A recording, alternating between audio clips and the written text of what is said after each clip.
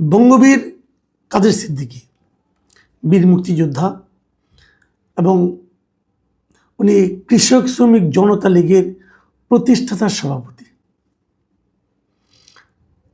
তিনি বলেছেন যে শিগগিরই আওয়ামী লীগ তার পজিশনে ফিরবে। এই বক্তব্যটা নিয়ে বেশ আলোচনা হচ্ছে। আমি নিজেও এটা নিয়ে একটু কথা বলতে চাই। এই বঙ্গবীর কাদের সিদ্দিকী সম্পর্কে আপনারা সবাই জানেন, ওনাকে নতুন করে পরিচয় করে দেওয়ার কিছু নেই। ওনার মুক্তিযুদ্ধে যে বিশাল অবদান, সেই অবদানও অতুলনীয় অবদান ওনার। কিন্তু তারপর আমরা দেখেছি যে উনি একসময় আওয়ামী লীগ করতেন, আওয়ামী লীগের এমপিও হয়েছিলেন, তারপর উনি আওয়ামী লীগ ত্যাগ করেছেন। তার বিভিন্ন সময় আমরা শুনেছি যে উনি আবার আওয়ামী লীগে ব্যাক করতে পারেন, করার চেষ্টাও দু একবার করেছিলেন কিনা জানি না, তো শোনা গিয়েছিল উনি চেষ্টা করেছিলেন। শেষ পর্যন্ত আওয়ামী লীগে ওনার আর ফেরা হয়নি। শেখ হাসিনার সঙ্গে ওনার বিরোধ ছিল, আবার শেখ হাসিনাকে উনি তার বোন হিসেবেও মানতেন এবং ডাকতেন। এক বিচিত্র চরিত্র ওনার। তবে ওনার পার্সোনালিটি এটা শ্রদ্ধা করার মতো, এবং সবসময় উনি কথা বলতে যে কারোকে সমীহ করে কথা বলেন এমনটা আমার কখনো মনে হয়নি। যেটা উনি ভালো বুঝেন সেটাই বলেন এবং বেশ দৃঢ়তার সঙ্গেই বলেন। ওনার মাঝে কিছু কর্মকাণ্ড নিয়ে আমার নিজের মনে খুব দুঃখ ছিল। সেটা হলো উনি মাঝখানে জামাত সংশ্লিষ্টতার অভিযোগ ওনার বিরুদ্ধে উঠেছিল। উনি জামাতের পত্রিকায় লিখতেন, উনি জামাতের টেলিভিশনে অনুষ্ঠান উপস্থাপনা করতেন, এগুলো নিয়ে বেশ বিতর্ক হয়েছিল। এবং অনেকে এমনও বলেছিলেন যে এইগুলি করার পেছনে নাকি ওনার বেশ নগদ প্রাপ্তির কিছু ব্যাপার স্যাপার কাজ করেছিল। যাক, সেগুলি এক কথা, অত দীর্ঘ আলোচনায় যাচ্ছি না।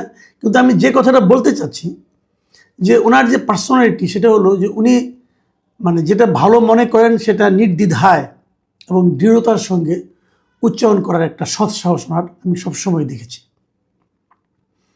সেই কাদের সিদ্দিকী বলেছেন, কালের কণ্ঠের একটা অনলাইন টক শো আছে, সেই টক শোতে যে উনি এই কথাগুলি বলেছেন। উনি কি বলেছেন সেটা আমি আপনাদেরকে একটু ওনার কথা থেকে পড়ে শোনাই।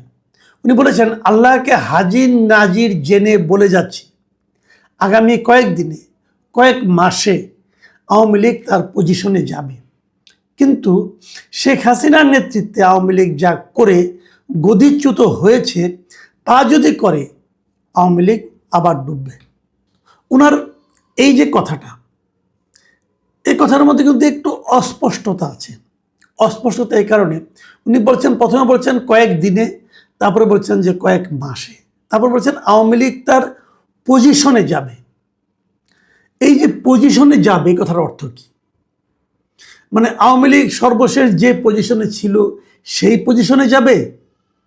এটা কিন্তু ক্লিয়ার না। আওয়ামী লীগ সবশেষ কোথায় ছিল? আওয়ামী লীগ সবশেষ সরকারে ছিল। তা আওয়ামী লীগ কি সরকারে যাবে? এবং সেটা কয়েক দিনে অথবা কয়েক মাসে যাবে? আমি ওনার সঙ্গে একমত না। এটা আওয়ামী লীগ কয়েক দিনে বা কয়েক মাসে তার পজিশনে যাবে না। সেই যাওয়ার মতো কোনো বাস্তবতা আমি দেখতে পাচ্ছি না। এদেশের মানুষ আওয়ামী লীগকে কয়েক দিনে অথবা কয়েক মাসের মধ্যে আবার আগের মতো করে ক্ষমতায় বসাবে, এরকম মনে করার মতো কোনো কারণ আমি দেখি না। তারপর উনি বলেছেন যে কিন্তু শেখ হাসিনার নেতৃত্বে আওয়ামী লীগ যা করে গদিচ্যুত হয়েছে, তা যদি করে আওয়ামী লীগ আবার ডুববে। আবার ডুববে মানে কি? তাহলে একবার ভাসবে তারপর আবার ডুববে। আওয়ামী লীগ ভাসবে কি না সেটাই তো নিয়ে আলোচনা হচ্ছে। তো আপনি আওয়ামী লীগকে এক মাসের মধ্যে, কয়েক মাসের মধ্যে উঠিয়ে আবার ডুবিয়ে দিচ্ছেন। যদি আওয়ামী লীগ আগের মতো আচরণ করে তাহলে তো ডুববেই। শেখ হাসিনা যে আচরণটা করেছিলেন, ওই আচরণটা যে কোনো দল করুক, আওয়ামী লীগ করুক, যে কোনো দল করুক, সেই দল ডুবতে বাধ্য। কারণ শেখ হাসিনা মূলত কি কাজটা করেছিলেন? উনি মূলত জনগণের ক্ষমতাকে অস্বীকার করেছিলেন, জনগণের ক্ষমতাকে উনি অপমান করেছিলেন। জনগণের ক্ষমতাটা কি? ভোট দেওয়ার ক্ষমতা। আপনি জনগণের কাছ থেকে ভোট দেওয়ার ক্ষমতাটাকে কেড়ে নিয়েছিলেন। তো সেই কাজ যেই করবে ভাই, সেই ডুববে। এটা বলার জন্য বঙ্গবীর কাদের সিদ্দিকী হওয়া লাগে না। কিন্তু প্রথম যে কথাটা বললেন, সেই কথার হয়তো আমি শাব্দিক অর্থ করলে হয়তো আমি একটু দ্বিমত পোষণ করতে পারি।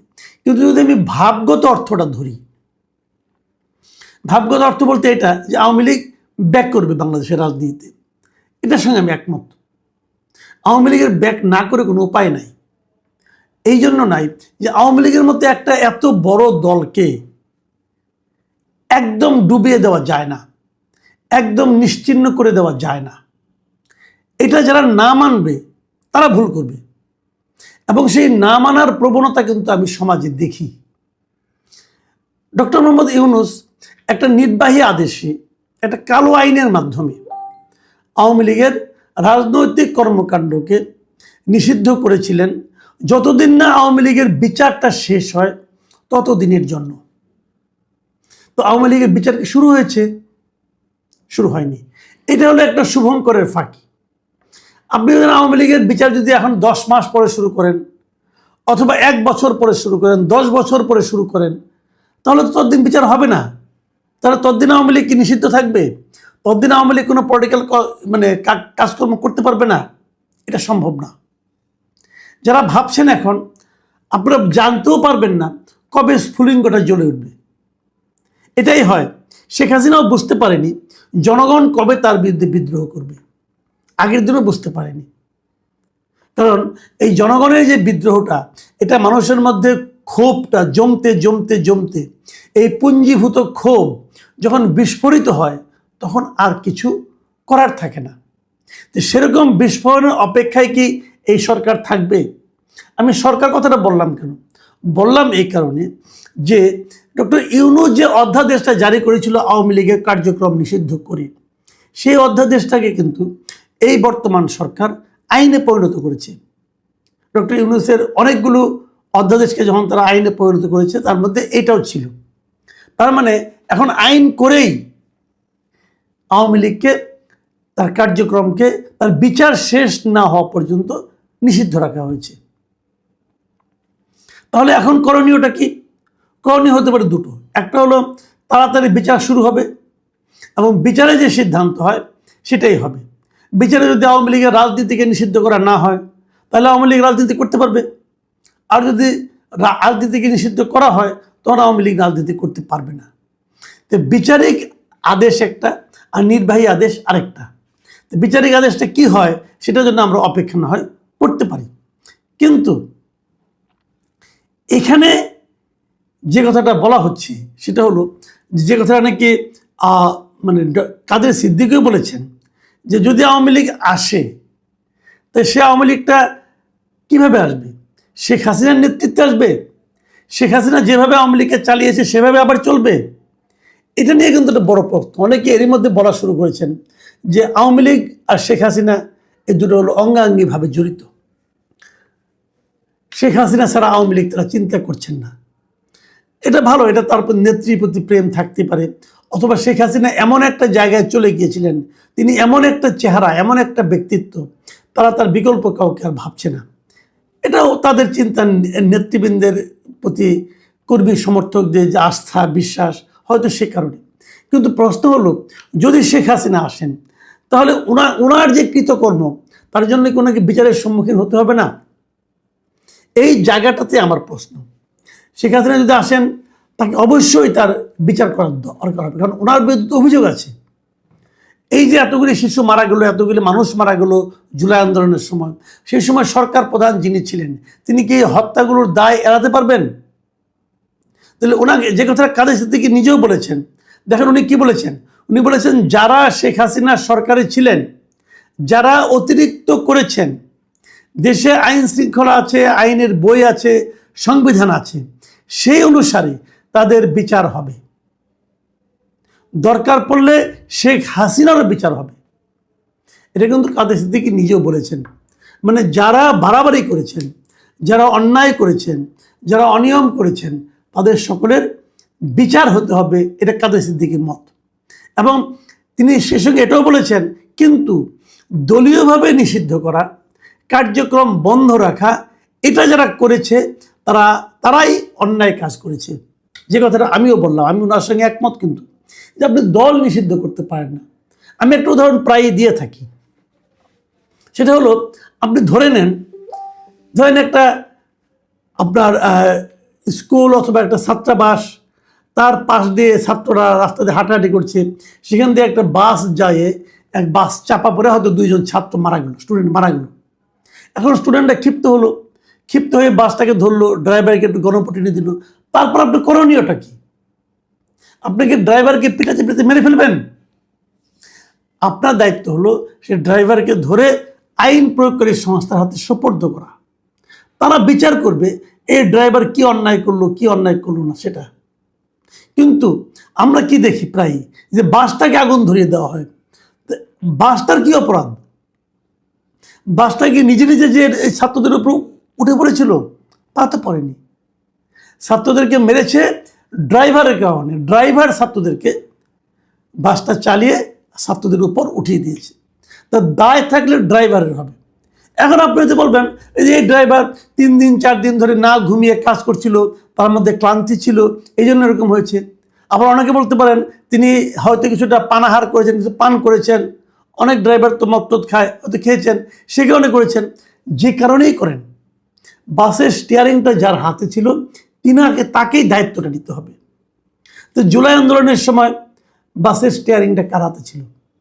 শেখ হাসিনার হাতে ছিল, শেখ হাসিনার মন্ত্রীবর্গের হাতে ছিল। তাহলে ড্রাইভার, কন্ডাক্টর এবং অ্যাসিস্ট্যান্ট যারা ছিল এদের সবাইকে বিচারের আওতায় আনেন, কোনো আপত্তি নেই। কিন্তু আপনি বাসটাকে পুড়িয়ে দেবেন কোন যুক্তিতে?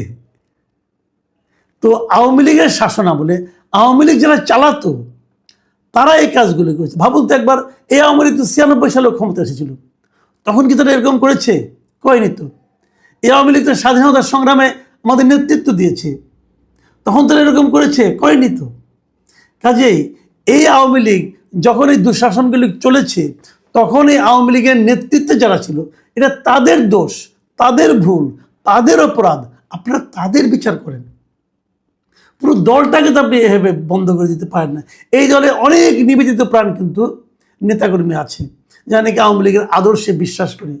আওয়ামী লীগের আদর্শ কিন্তু গণহত্যা নয়, আওয়ামী লীগের আদর্শ কিন্তু ফ্যাসিবাদ নয়, আওয়ামী লীগের আদর্শ কিন্তু মানুষের ভোটাধিকার হরণ করাও নয়। যারা এগুলি বলেন তারা মতলবী কথা বলেন।